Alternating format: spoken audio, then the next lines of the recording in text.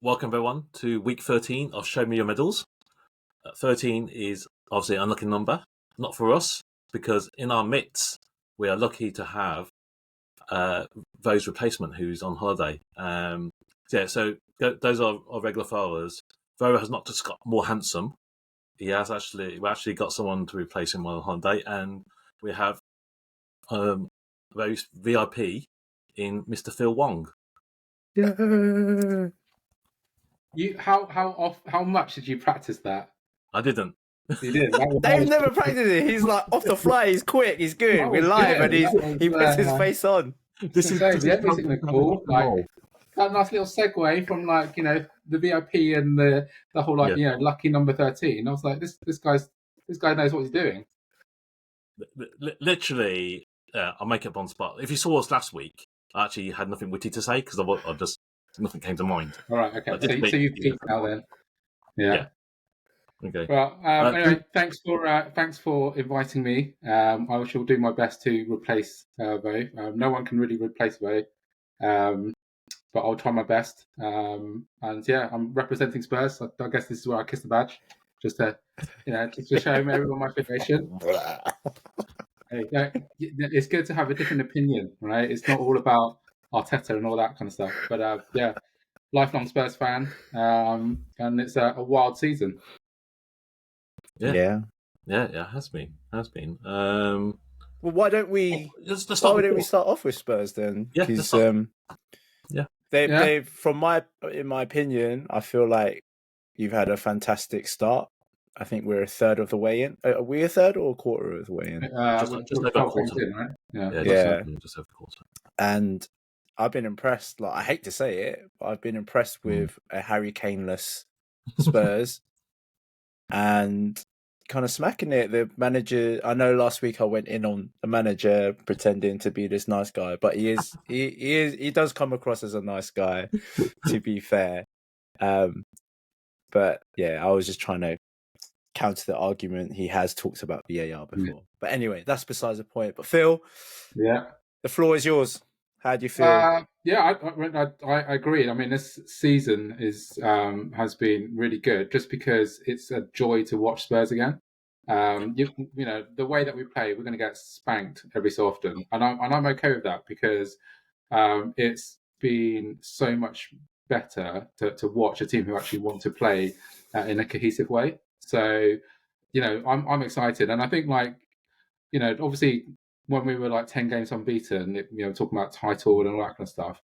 And however unrealistic that is, what I think was us as football fans, what we want is that hope, right? I think most people are realistic that City's probably going to run away with it at some point, but what you're trying to treasure is those kind of moments and the hopes where you're thinking about the what ifs, right? And that's the same for any kind of fan in that's not supporting City, right? That your chances of success within your team is relatively low. You're not going to win the league if you support like a mid-table team. You're just hoping that you see some progress, and that's what I've seen. I've seen progress. They've been good to watch. Our signings have been really great. Everyone's kind of gelled, and unlike Will, I'm drinking the Kool-Aid, mate. Ange is the man. He's got everyone playing really well. He's got these funny quips. There was one where they were talking about his tactics and stuff like that, and he said, I just copy Pep, mate. It's just really understated kind of humour. He's just someone that you think I could just go to the pub with and have a good time with. And I think he's just, you look at all the major decisions that he's had to make around what to do with now we don't have Harry Kane, who to make captain, who to bring in. We've had Pep Sarr, who's never kind of featured as a starter, just bring him up in the centre of midfield. So all these decisions, have been good ones. They have really electrified the fan base. So yeah, I am totally an Ange fan. And to me, these two losses back to back, obviously they hurt, but in the grand scheme of things, if we had kind of reversed it, so we lost the first two games at the start, and then we're on 8-game round, or we lost in at various points, it wouldn't feel as catastrophic. It was just because it kind of dented a little bit around hope. Yeah. But I think no matter what happens, for me, he's just kind of brought a new, fresh kind of impetus that we haven't had since Poch. What was your first thoughts when it was announced that Ange? Yeah, Oh, yeah. Do you know, actually, I was pretty open to it because, like, I think before Conte came, I was like, well, if Conte, a world beater, right, could, comes into Spurs and doesn't win anything, then it's definitely a Spurs problem, right? Because the guy's come and Antonio has come and always done pretty well with the team, despite how how dysfunctional that they've been. And I thought, well, we've always said we needed a world class manager, someone who's won stuff since after Poch left, and that was obviously an abject failure. So I was just like, you know what, just give it a go. Like, at least I liked watching Celtic play the few times I saw them. They gave it a good go. That they were good to watch in the European Champions League. So yeah, I was a bit skeptical, obviously, and obviously the biggest surprise is just how quickly he's managed to change the way that the team has played. So yeah. I just want to ask, like, obviously you've had quite a high turnover of managers, last few years, and looking at United as one of them with Ten Hag, do you really feel like it's the manager, or is it anything to do with the ball? Because I actually do feel like, as much as I don't like Daniel Levy, I feel like his manager selection, I don't know if it's him doing the scouting for that, or if there's someone dedicated to do that, to find the right manager or a team of people, but he always seems to find those gems. I mean, you had several, really. Poch naming one of them, and then Ange coming through, giving you guys that hope again when Watch was in. Do you think it is something to do with the manager, or is it the hierarchy within the football club? I think it's mainly the hierarchy, I think as part of the direct, whoever that makes the managed decision, they've got to be receptive to what their fan base is expecting, right? So, and what I mean by that is, Conte is successful, but the way that he plays football isn't what Spurs fans want to see and what they associate with being in a club. So naturally, if results turn, that the fans have a lot less patience with it. So I think he's made a few kind of errors in terms of retrospectively, obviously, because I was a Conte fan before Conte came in, but I think stylistically you should think about what the fans want to see, and if the whole kind of Ten Hag thing, I think like I mentioned before, they brought Ten Hag to play in the Ajax way. And now it just him saying it's not going to happen. It's like, well, what's the point of bringing a manager in because that's what the United fans wanted. So I think to answer your question, I think it is around the whole kind of structure around how the club is put together, more so than the manager. But you're buying in the manager because the manager provides that philosophy around how the team plays. Okay, I mean, that's a really nice snapshot of your kind of feelings on Tottenham this season. I definitely feel like they've made leaps and bounds, very unexpected, obviously. But that every time, I said this from the at the beginning of when we were doing this podcast, is I feel like after 2 or 3 games, Spurs are looking quite strong. The other guys were, I'm not going to throw them under the bus, but the other guys were saying that, they're going to fall off, they're trash. I feel like that you've built that momentum. I know these last 2 games the results haven't gone your way. And that's down to losing key players, I guess, from your side. Let's talk about those 2 games, or the last game that's just gone, because we did talk about Chelsea, Tottenham. But what about that last game against Wolves? Well, I mean, I think it shows where we're the weakest, right? We our stand-ins don't play in the right way, and we can't play that high line with Ben Davies and Eric Dyer. They're too slow. Eric Dyer seems to look like he's actually scared of the ball.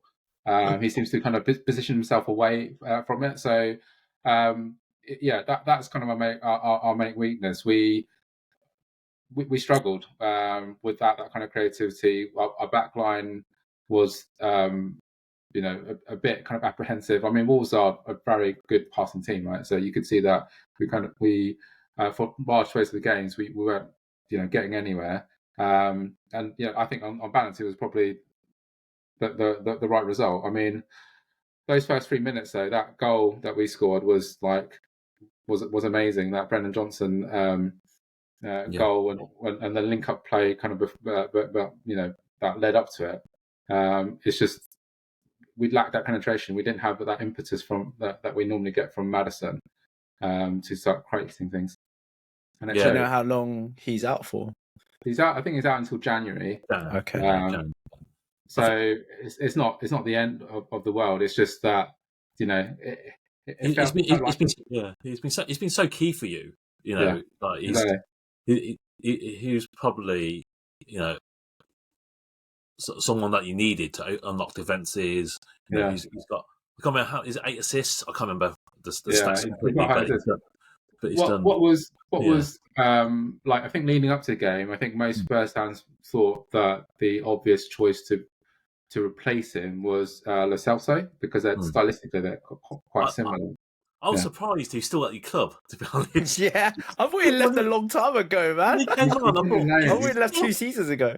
He's been all over the place, going to So we had him. He didn't feature. Like I'm kind of not sure, why Ange doesn't rate him because he's still kicking around in the Argentinian squad. So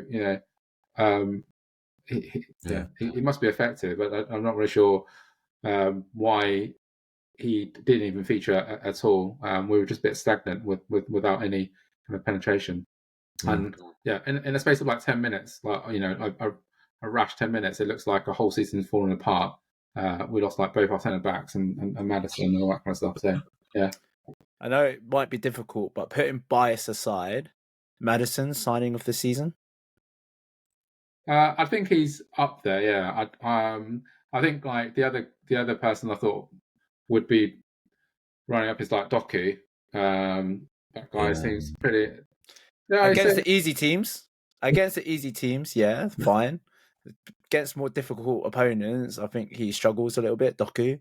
I still think Maddison, because he's got that Premier League experience. He's pretty Maddison proven, definitely up there amongst it for sure. I mean, relative to his cost, right? I think it was 40 mil. Yeah. You don't get anything. I mean, Rice is up there, but if you're comparing in terms of value you're getting out of him, I think Maddison's got I think Maddison value in that sense. Prowls is definitely up there. Yeah. Both roughly cost the same as well, and then both have really like hit the ground running, doing great for the clubs, and then obviously you got the Mason Mount as well. No. I'm gonna retract that shit, man. This guy, man, fraud. Mate, he's a Lego mountain, not Mount Everest. He's a Lego mountain that you just buy off the shelf, man. Yeah. I don't know, man. So where do you feel you'll realistically end up at the end of the season? I think we'll probably given the relative thinness, like our drop off from our first 11 to like the stuff is pretty shocking, right? I think 4th, 5th place. I think which would show immense progress. Would be good. I think it's contingent on a little bit around what we do over the over the Christmas break. Who we're buying in January. But I think 4th would be a shout. I think the stats have been showing that we've got one of the highest kind of XGs, goals and passes. So we're up there. The philosophy is working, but as you said, like a big drop off. We don't have a Maddison replacement. ready. So yeah, and he's obviously he's already contributed like I said something crazy like eight assists. So yeah, I can see it being a difficult one if we don't protect our first 11. Mm, mm. Yeah, and like obviously Yes. during the Christmas period, we played like 4 games in 4 games in 10 days. That sort of Yeah. rush, so that's always going to stretch teams as It well. would take an immense amount of luck, right? Like just thinking about like the Leicester season when they won the league. The first 11 barely like lost. Yeah, They barely lost injuries, right? they didn't get injured. Like Vardy and Mahrez, like Yeah. didn't get injured at all, and they like killed it for that whole season. Yeah, and that's how. Yeah. Yeah, So that I think it would take one of those kind of like ridiculous runs of luck for Spurs to get any higher. I think. Yeah, nice. I think I want to finish on Liverpool because there's lots to talk about for Liverpool. But there's something I didn't there's want to quite get a lot. Yeah. on. So I'm going to do a quick and easy one with Arsenal. Yeah. 3-1. Went 1-1 at one point, and I think everyone was getting really nervous. I don't think we had a really good first half. In honesty, there was no fluidity, but it was just moments of magic. Saliba again, like a lot of pundits are talking about him. Whether he is world class. Now he's gotten into that French team now, and I want him to kick on from there. I do feel he's ready for that platform for the World Cup, for the world stage. I have no doubt that he will become that world class player that we talk about. But he's just been immense for us at the back. So reliable. When he is in that sort of one-on-one race, you just feel like he's going to win all the time. So I feel like that discussion is he world class? He's there. He's got a goal with it in the bag for it. And that Zinchenko goal. Oh, what a goal! That kind of what I don't even know what to call it. Is it a scissor kick or whatever? Bicycle kick? I don't know. Upside down bicycle kick. But yeah, it was just moments of magic rather than we had a really, really good game. And I think in terms of Arsenal, that's how we need to plough through. It is against Burnley, and I think we expected that kind of result, but I guess it was just a shakiness, when the scores went to 1-1. But that's it really. There was no real drama. That Fabio Vieira red card, yeah, I'll take that. Like that was definite silliness from Fabio. We didn't really need to do that. It put a lot of pressure on us towards the end. It was kind of not squeaky bum, but it just felt that way because of the pressure. But yeah, other than that, not much to really say about the game. Yeah, I felt. Yeah, I saw the game. I felt. Yeah, it was. I know you said it was 1-1 and a bit tense in the end, but I think you had it under control anyway. Yeah, it was under control, but you never know sometimes when shit like that hits the fan. It's just like, oh my god, because Burnley are dog shit. Like they are bad. Considering I think we talked about last week, they killed it in the Championship, and they're struggling so much, and they have invested in a team, but you wouldn't think they're bottom. They're below Luton and Sheffield, who are ultimate dog shit as well. You just never, you just wouldn't think. Just like, these 3 teams are just shocking. There's always one team that gets promoted and then they'll do well. In the table, like none of these 3 are going to do that. It's incredible. I think our last week's predictions kind of swayed towards that. Big score line, and then it kind of was. But yeah, there's not. I think we just need to kick on. I know there's international break now, but I would rather have that momentum going forwards into the next match, which we'll talk about later. You guys haven't played badly. It's just that it doesn't feel like you've hit that top gear. But irrespective, though, you're doing all right.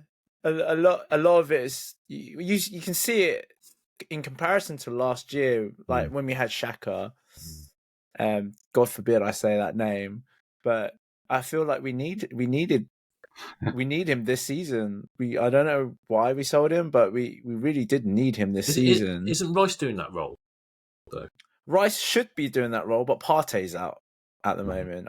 He's before coming to Arsenal, he's been injury free. Now that he's been at Arsenal for 3-4 seasons now, he's been injured every part of the season and missed a big chunk of it as well. So it's just really difficult for us to have that team cohesiveness. I feel like he is an important part in our sort of puzzle. Without him, we do lack that fluidity. I mean, Jorginho stepping in, he does a job, but I just don't think I don't rate him. that extra bit of magic quality. I don't rate him. We have lots of injuries now, with some coming back hopefully after the internationals, but I don't know. It's again, I guess it's the difference between the Tottenham and Arsenal. We do have that depth now, whereas last season, I guess we were in that Tottenham position where we just lacked having anything impetus going forwards. We just died off towards the end. So that may be my concern for Tottenham this season, but it's definitely something that Tottenham will kind of, I kind of hate saying it, but just kind of build on and kick forwards. Really. Yeah, but the problem with, like, we're just going back to the Levy thing is, like, we always feel like we're one good signing away from, like, taking our next step.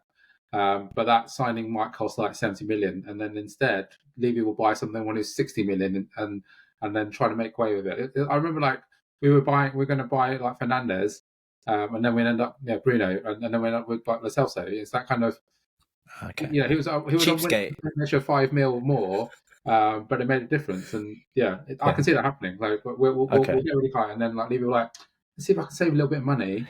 I won't buy like the finished product. I'll buy someone who's up and coming, just so I've got a bit of a bit of chance of selling him on if they make it. Problem is he's not sold us, so he's still hanging around. I was so shocked. I was so shocked when he came on. I thought you got rid of him. I honestly did. Yeah, Arsenal done for me, so it's on to Liverpool. Friggin' hell, what a turnaround! Second in the Premier League, from out of nowhere. RKO. What's going on there? I think we told you last week. We said Liverpool are going to be up there in the race. There's still my tip to win, but I think we had some really good form. We're really strong at home. We obviously dropped points against Spurs we lost to Spurs, and we dropped points against Luton and Chelsea, but we're still second. But the table's really tight anyway, which we'll go on to after this. But yeah, up to second. Arsenal was second before us, and then the day before. Happy. I'm really happy because that Brentford game. I think we played really well, dominated them, and Brentford's a really good team. Like, I respect Thomas Frank a lot. Yeah, what he's done with the resources he's got, get that team playing the way he wants them to play, which is similar to how Klopp started out. I think he said that heavy metal football. Brentford do that, and I can see Thomas Frank managing a big side in the near future. He's done really well there. Happy with the goals. Salah was a menace the whole game.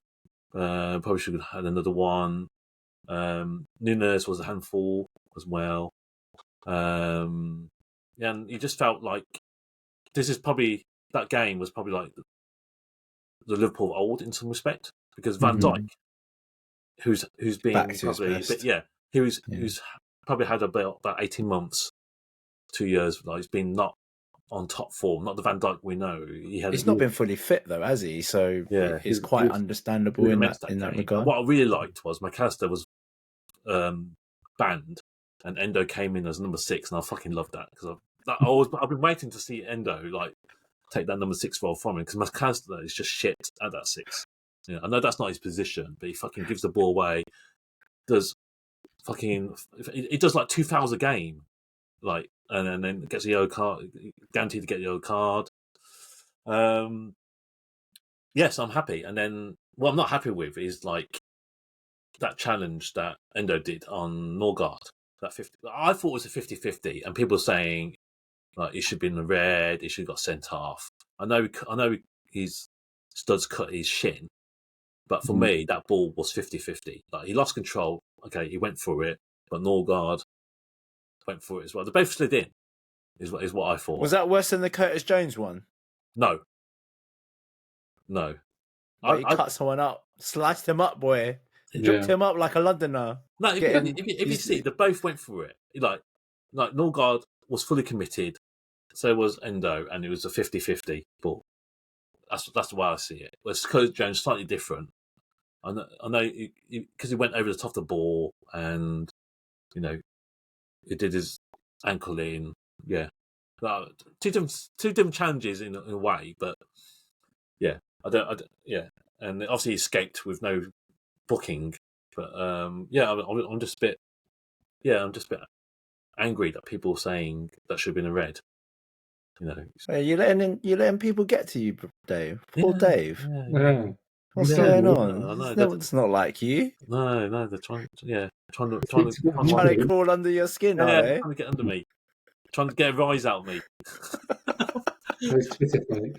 But yeah, I thought it was a really, really good game. I think we nullified Brentford. I know they don't have Tony, but they're still a very dangerous team.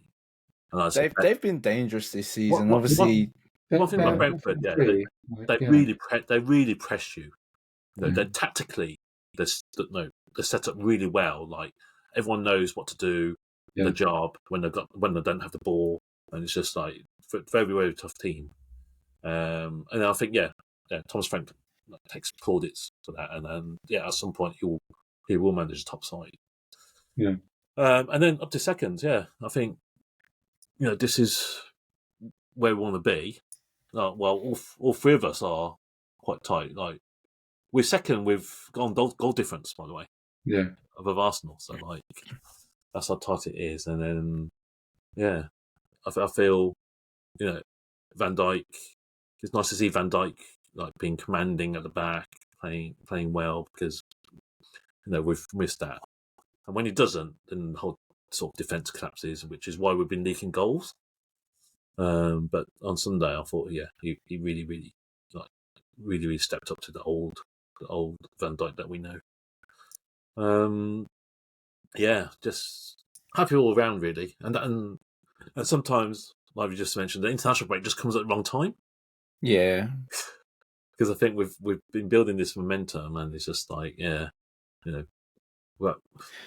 things. But a lot of players go, especially if you're like a top side as well. Like practically, you're like most of your squads go on international duty. At least 2/3, go, exactly. Especially when you're a big club. And then you don't know what state they are when they come back as well. And it's just like fucking hell. Oh, we've got the African competition as well as the Asian one, right? Kind of early next year. Yeah, as well. And then when players disappear. So we haven't managed that as well. But again, like I said, I think we've got our front force is like really strong. And now that Nunes, who still misses chances, I get that, but he's playing a lot better than he did last year. He's always he's still going to miss those open goals, guaranteed. Nunes or Jackson? Both. But I do want to talk about Chelsea Man City after this anyway, just to give them honourable mention. Yeah. But I think we're happy going to the national break. We've got Man City when we come back, so 6-pointer already. But I think it's been good. It's good for us. All right. Nice. All right. Let's do that honourable mention then. We've got time for that. Did you guys see that game? What game was that? Chelsea City. I wasn't able to watch that game, unfortunately. But I just saw on fantasy just the points on Haaland rising up. I thought I did a good one in terms of, because everyone else captained Haaland, but the majority captained Haaland, and I was like rubbing my hands like, oh, what a game, Salah. Well, thank you so much, but Haaland just goes off and does that. Like, Yeah, it was. and Chelsea done well I to was claw shocked. back a draw. I was so shocked because Yeah. I've been a big critic. Well, we all have been on this channel about Chelsea being shit and fucking Nicholas Jackson being like fucking really shit, like awful, like really awful. Yeah. And it's just it's a strange one that Chelsea managed to like come back from that. And I thought it was quite funny that Cole Palmer was the guy that like scored the equaliser as well. It's like he wanted it as well. He wanted it. Yeah, and I guess he wanted more game time, and that's why he left. But it's just having Man City nurtured him to and that's what you want, right? Like you want someone with ambition, like not afraid to leave the comfort of like top team and go to a mid-table team like Chelsea and be the starter. I find that a lot of youngsters, like academy players from City, are inclined to do that. Maybe it's something that they have as part of their system for it, because Sancho went over, Sane went over to Germany. They left.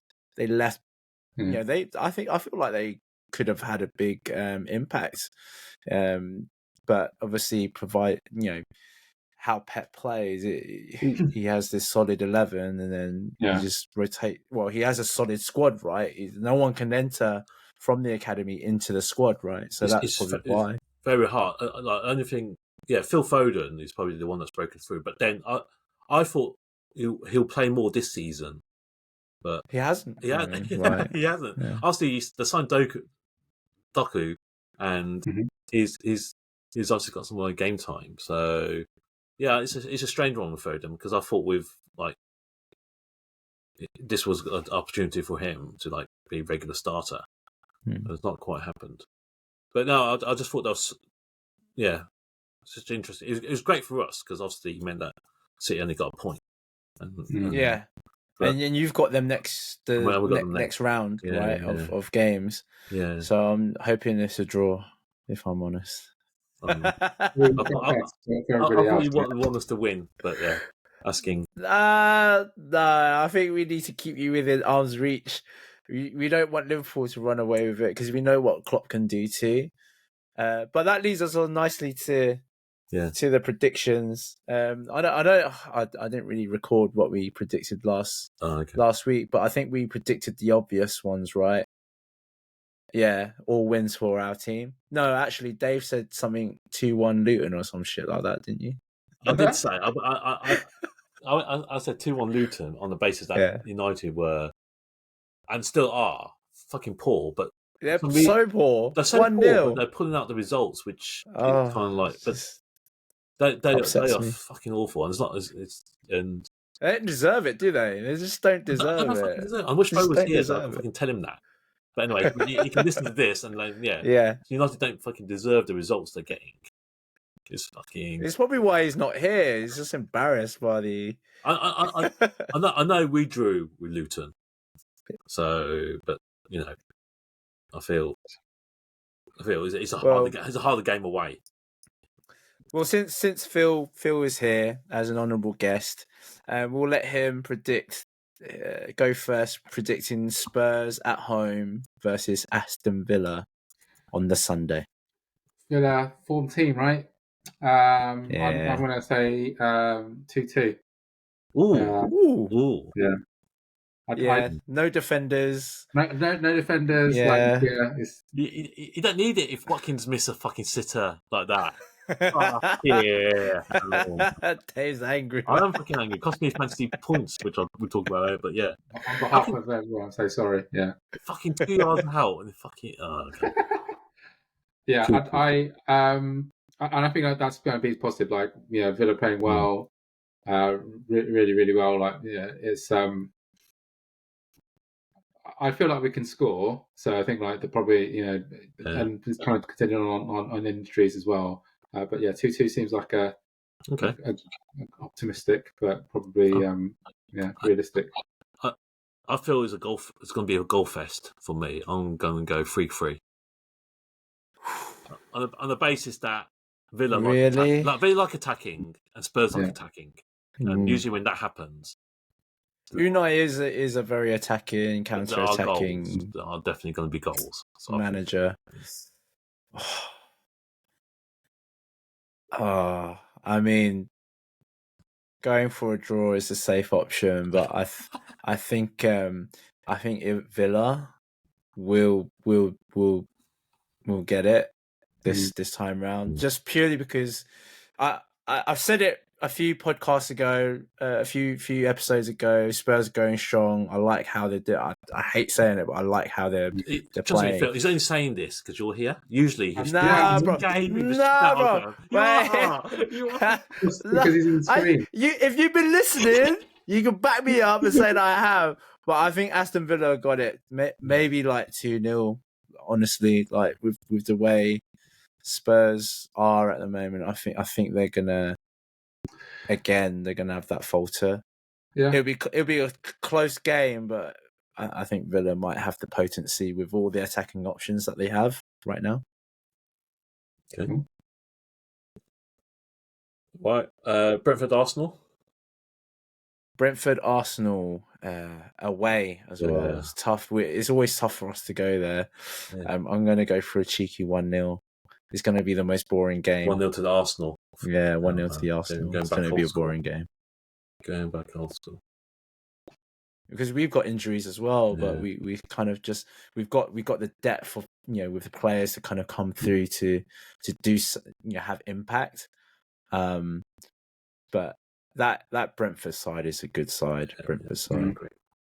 So 1-0 and very boring game. And then in the same vein that I foresee a boring game, I'm going to say 0-0. Going to nullify each other. Yeah. Brentford are, like I said, really well set up. They're very well organised. I can see at home that they could stop Arsenal from scoring, but then I think equally they probably don't quite have the cutting edge to break through. So 0-0 for me.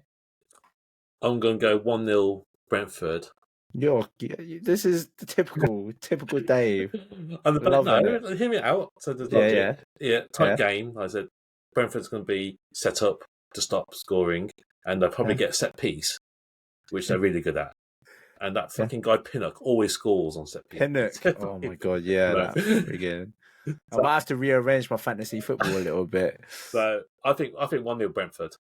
Okay. 1-0 Brentford. I mean that's fair. That's a fair result. Like away from home. Like I said Brentford are they're a difficult team to play against and break down, especially at home. Right. And then the big juicy one. The big juicy one. What worries me about this game is a 12:30 kickoff. Fuck. That's why it's juicy. That's why it's juicy. You're lucky you're like right next to each other, so there's not much travel time for you guys.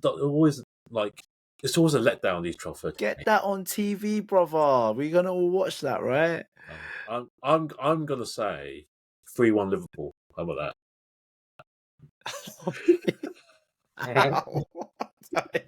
You're living in that. You're just like bloodthirst right now. You see yourself at second in the league, and you're like Big Bollocks right now. It's a tough credibility now. Yeah, that just doesn't make sense. At least a high scoring game, like Go on history. Klopp does well against Pep, and Pep's scared of Klopp. Like when Pep would do something really random with his team when he doesn't need to, because his team can still beat us at the end of the day. But he will do something random, which will fall into our hands. Like he might play like Foden at left back or something like that. You heard it here first. If Foden gets played left back, at the weekend, I'll be like, Dave, what a fucking genius. But I'm saying that's something that Pep does. He'll like against the big games. I think they did it with Champions League final, not this season, but that's the one that they got to the final but lost it. He did some really, really drastic. I can't remember what it was. He changed the formation or something. Pep's a learner. Pep learns from his mistakes. Okay. You see it, week in, week out. I feel like I really want to draw, and I do feel like City just just has that edge. But I definitely think it would be high scoring 3-3. It would be quite expensive in a really expensive game. I'm hoping it is. Hoping it is a really expensive game. 3-3 for me. Early kickoff, anything can happen. They're all still fucking sleeping, aren't they, from coming off the coach, aren't they? 3-3 for me. Am I allowed to say the same score? Because that was going to be my scoreline as well. Yeah. You're welcome to, man. Yeah, I can just see, like, I can see just the fences out the window and everyone just go a bit of a free-for-all. Kitchen sink. Yeah, exactly. Just kitchen sink, phone in the left back, you know, who knows what the fuck's going to happen. So, Right. Left back includes wing back as well, right? All right. Already one on the left side. Well, you have to give me that. You have to give me that. It plays wing back. Okay. All right. We'll give you that. Yeah, I can't see it, but nice. That kind of leads us on to how we're set up for fantasy football. Phil, you're in our league, aren't you? Yeah, he is. He's just above me. Yeah, I'm languishing at the bottom with Dave. I actually used my free hit to try to change my fortunes. You scored some big points there, 74 points. That's quite good. Haaland was the captain. That's a good one. Yeah. I've managed to kind of wing it so that I've both got Salah, Haaland, and Son. Little good that seems to have done me there. Still languishing near the bottom with Dave. Yeah. Normally I lose interest after Christmas, but I've celebrated my timeline a little bit. Yeah, I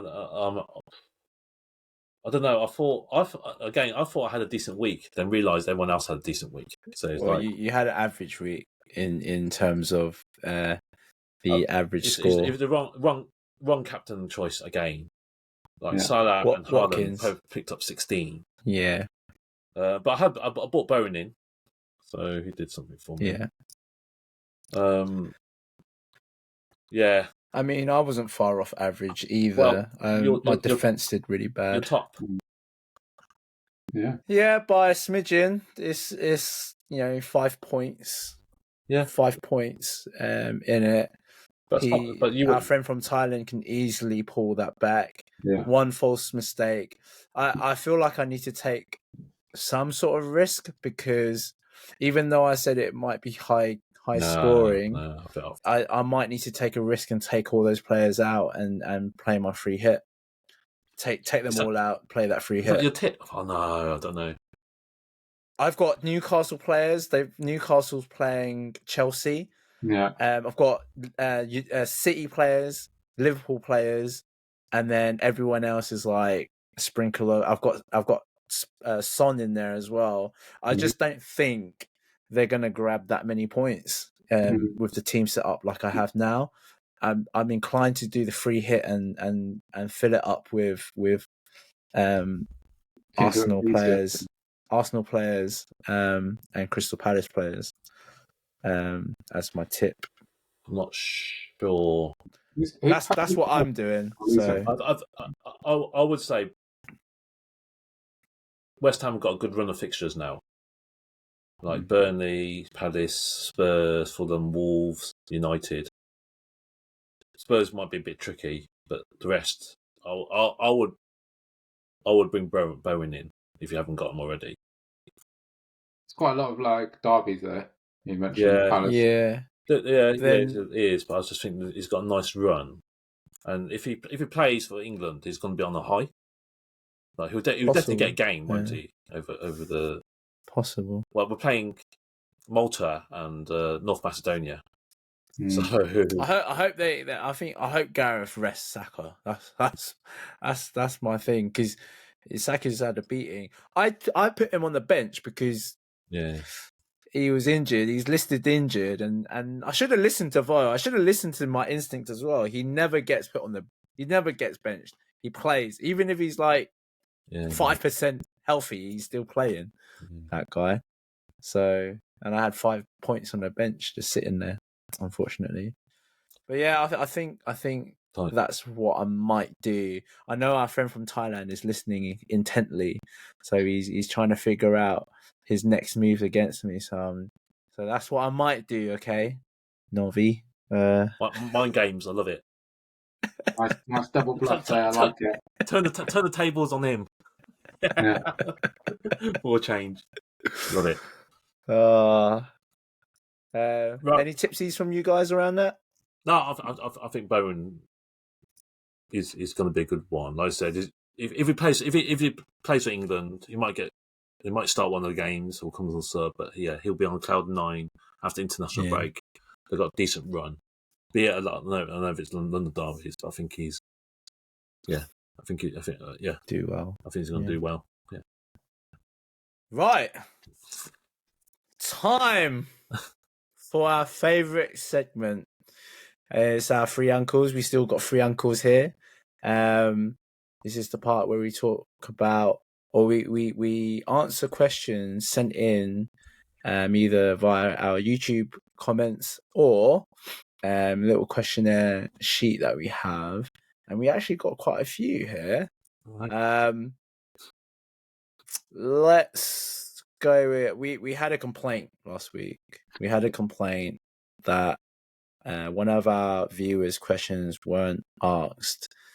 We do it every week. We send it into our boys chat to ask the boys, have you got any questions through to us?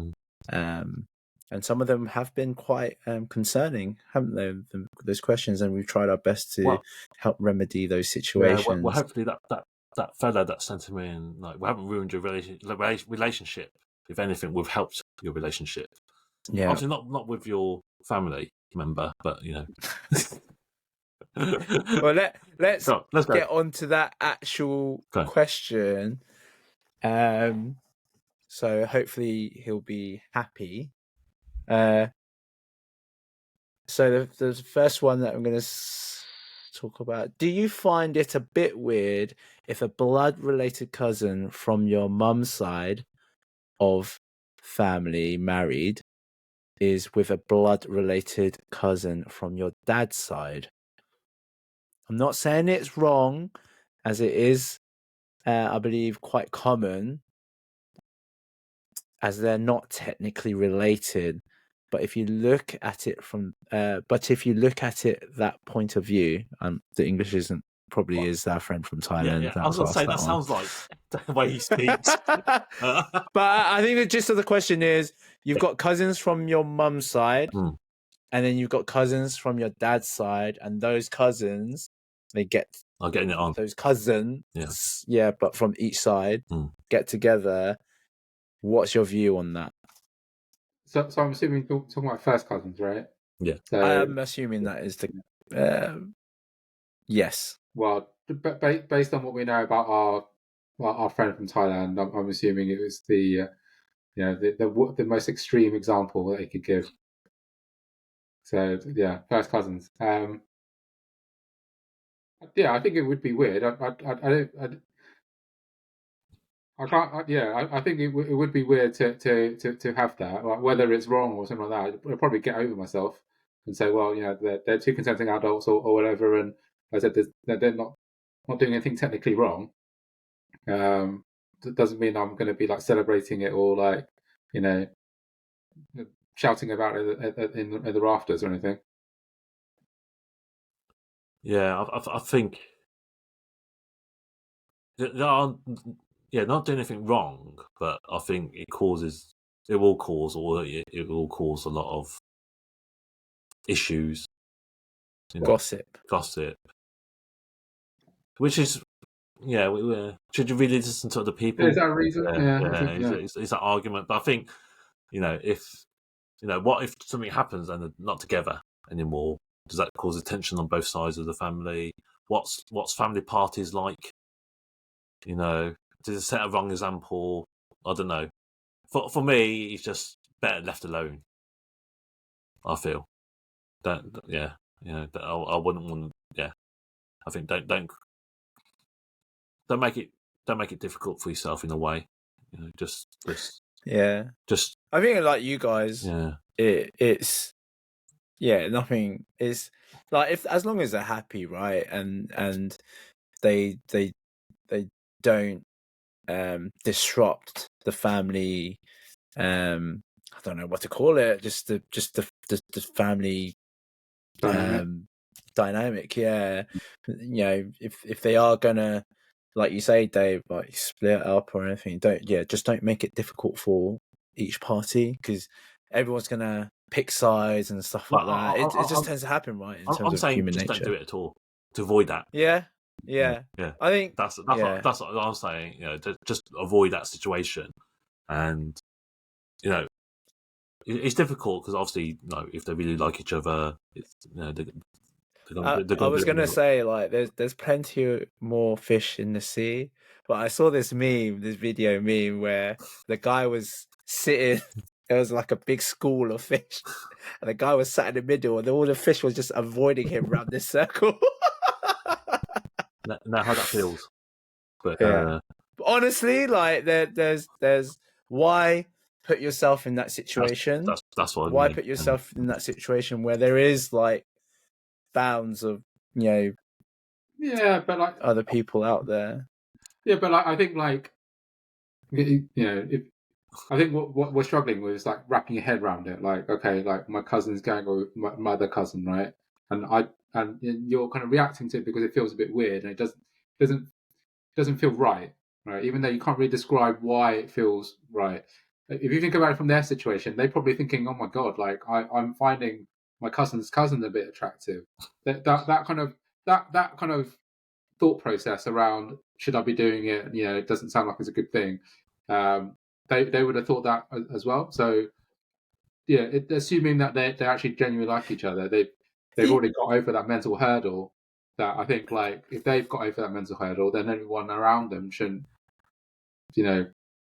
force their opinions on them, like Dave is going to do, and say, well, do it for the rest of the family, because, which is what he's saying, don't dishonor the family. That kind of jazz, because I think everyone's just struggling because it's a bit of a weird thing to try and wrap your head around.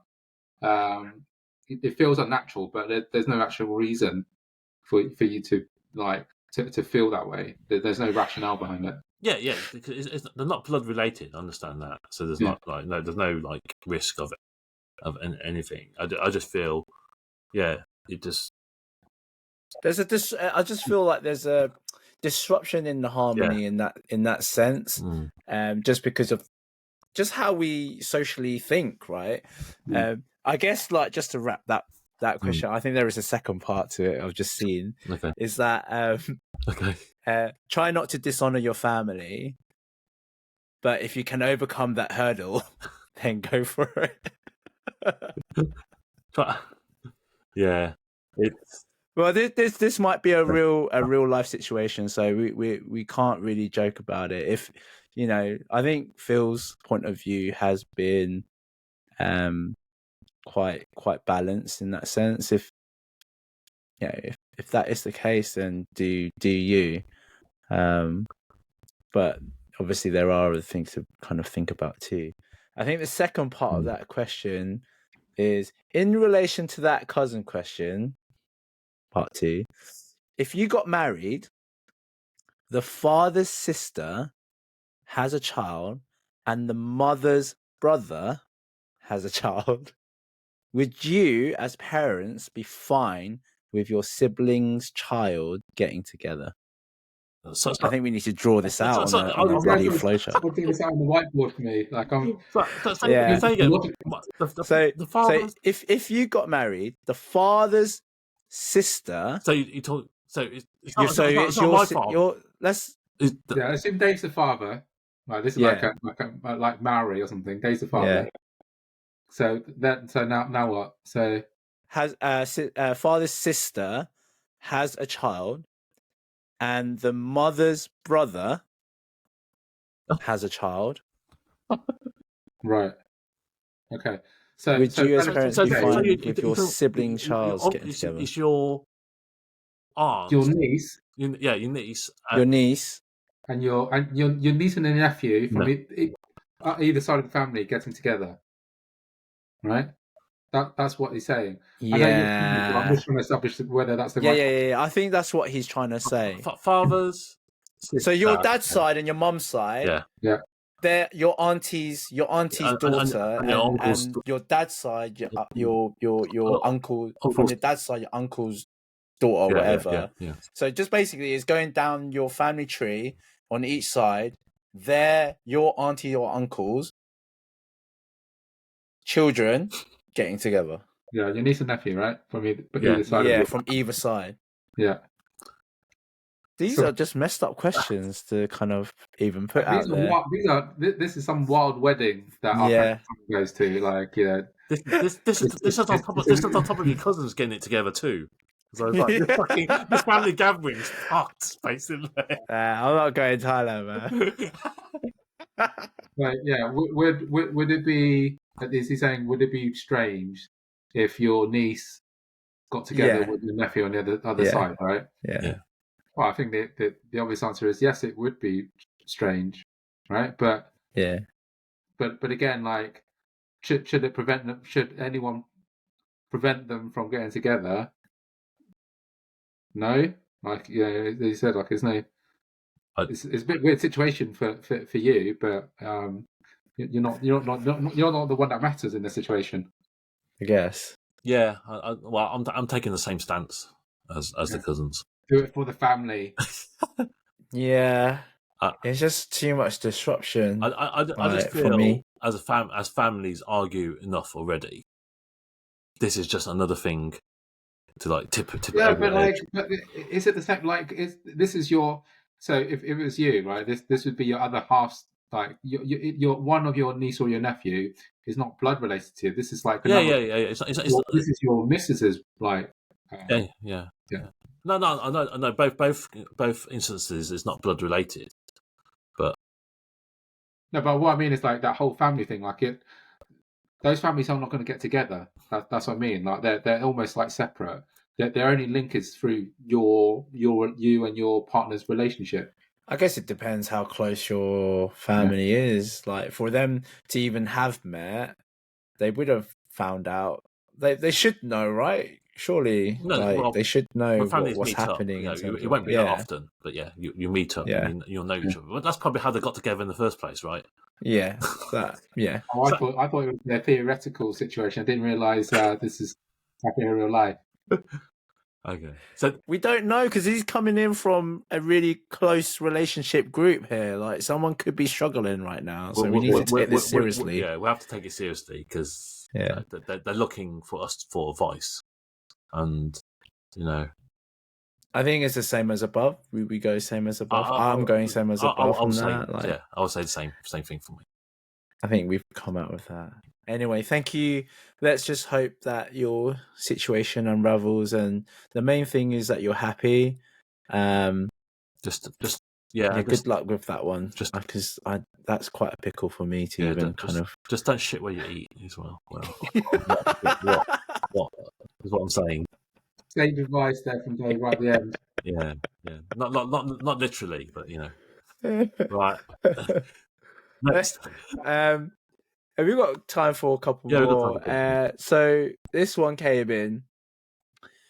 If you were in a relationship and the girl you're with that you like stroke love, you stroke stroke love them, but in the bedroom the intimacy was really, really bad, like at a level 0, would you bear with it or go out secretly to get a release of that tension?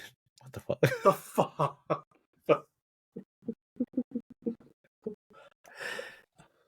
But basically, you're saying, will you cheat? Essentially, yeah. Yeah. Essentially. And there's a second part to that question that I've just noticed as well. Yeah, these two-parters. Bloody hell. I don't know. Do you guys want to start off with that? Well, I feel like the way that the question is posed is very very loaded. Like, that's not the only two options, right? The other option is you talk to your partner and tell them what's happening, Well, rather than putting comparing it. yeah. I assume, I assume that might be. It is. I guess it is a loaded question on that front. Unless this person's thinking about it and then like putting this scenario, I would say, no.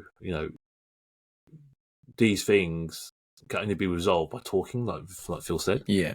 And let's say that you have spoken together. Let's flip the scenario then, because I think we're all under the same line of thinking with that, which is a hard no. Let's flip that and say, okay, you've had these conversations and nothing's getting better. Mm-hmm. What do you do from that point? Well, because I think you might. Do we just deal with it, or? Well, I think you got you got to explore every opportunity. Going out and getting released isn't the answer, and you might want to involve someone an expert in this. Talk to an expert about it, or you might want to do radical. You might have talked about it, but you're not like you might want to do something radical, like I don't know, dress up or something like that. Try it. What? Is that how you got your fur children, mate? That's why they look different. One of you dress up as a rabbit, and one of you dress up as a cat, mate. Is that what we're trying to say here? Is that how they came about? I'm just saying. I'm just giving examples of opportunity. Like there's nothing like loads that I don't even know, but I think other than going out, what if you've spoken to your other half and they've agreed to not have that intimacy and you're allowed to go out and get that? Well, I think that the key difference is like, or the way the original question was like suggesting was that you do it in secret. So I think like in a relationship, right? Like no one's judging. So if or it's not our right to judge. If you've got an agreement about like what you are allowed to and what you're not allowed to do, then just go out there and be happy, right? But and so like if you needed to seek opportunity to cross dress like Dave wants to do, just make sure that you have that conversation with your partner. I think we're probably all in agreement is the fact that you're doing it secretly. That's the problem. It's not that you for sure. Release. So I would just bear with it. I think it's most important thing is that you communicate that with each other. I think that's the key. You might be surprised. Yeah, you might be surprised. Sure. She might be open to some stuff. Mm-hmm. Maybe not the permission, but like she might say, you might be, we're all adults here. She might be open to a bit of like, Yeah. Anyway. Oi, Samaloi. Yeah. I think the second part of that question was, what's worse, emotional or physical cheating? I know mine. I'm going to say that emotional cheating is probably worse. They're both just as bad.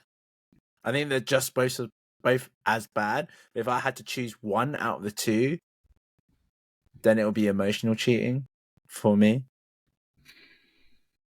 Because that you're like, I don't know, you're like when it's emotional cheating, is you're investing your mental thoughts. You're probably thinking about them all the time. But I think that can happen with physical as well.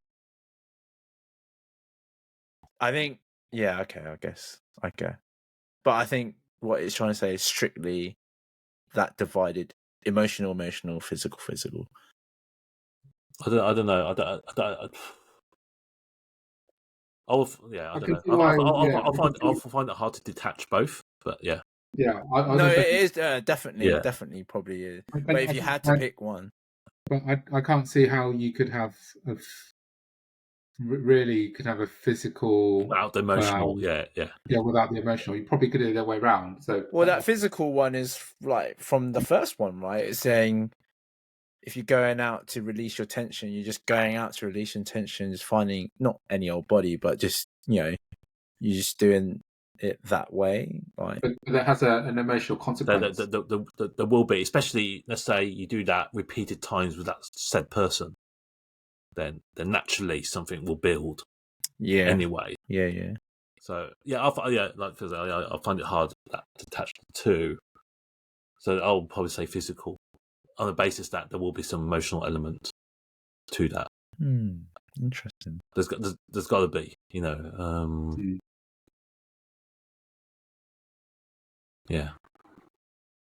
I guess if it gets to that stage, you really got to sit down and really have again talk and have those conversations. I don't think there's honestly speaking, I know you talked about speak to professionals and stuff and therapy. I think what it does, it just helps closure for an ending when it gets to that stage. I've not seen it successfully repair a relationship, rather it more come to terms with the ending and that's that, start anew when it comes to that. If it does come to that, it's very hard to repair. People don't like to let go of things, right? We're quite greedy as a social human, like social beings. We're very greedy. We want to have everything we can, and letting go of stuff is quite hard. But if it really does get to the stage where you're cheating, regardless, emotional, physical, I just think it's time for quits and don't be that selfish. If you're gonna seek help, seek help for closure rather than repairing a relationship, because it's just too far gone. There's no trust. There's no trust at the end of it. By the end of it, in my opinion. Yeah. Okay. And then there's I guess it applies to you too, Dave. What's your view on kissing your own child on the lips? Do you kiss your cat and rabbit on the lips, Dave? No. Is this a no on camera or what? Well, I kissed them on the head. I don't kiss them on the lips because Lemon, like when she cleans herself, she obviously licks her own ass. So I ain't touching that lips. And Cookie actually does the same when he cleans himself. He licks his own ass as well. Right. So no.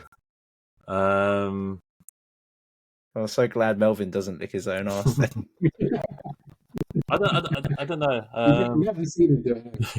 Yeah. I don't know. It's hard because I'm obviously not a father. Yeah.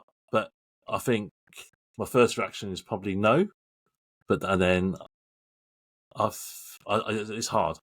And I think my reaction I think both of you will have better answer to me. Yeah, and we've got boys, right? I think for me, up to a certain age, then that will kind of stop for me. I wish I could, but I think it's just my mentality around it. I just feel like I think kissing him on the cheeks is probably more than enough. He'll feel the love in that way. I just don't think kissing my boy on the lips is. I did it when he was a baby and stuff like that, when he was a little toddler. But I think as he's grown up, I've kind of conditioned it as a kiss on the cheek rather than on the, and that's the same for if he's like with aunties and stuff like that. I just want him to kiss them on the cheek rather than their lips. Because I don't want him to be getting used to that. From my point of view, anyway. Like, Phil? So yeah, I don't mind it. We do it sometimes. To have a little lip kiss. But I think, as you said, Will, it's once he kind of gets to a certain age, then it will kind of naturally phase out. And like you said, the same with my little one. he knows, like, he shouldn't be just doing it with other uncles and aunties or whatever. And yeah, I mean, I generally don't see what the problem is. It's just kind of a show of affection. Sometimes he will come and just like initiate it or something. But yeah, I think it will just be something that you phase out, because I think then, it kind of gets. I think it kind of gets a little bit kind of weird as they kind of get a bit older, and you probably want to help them establish better boundaries. Yeah. Yeah, don't really see what the problem is, especially when they're quite young. Good.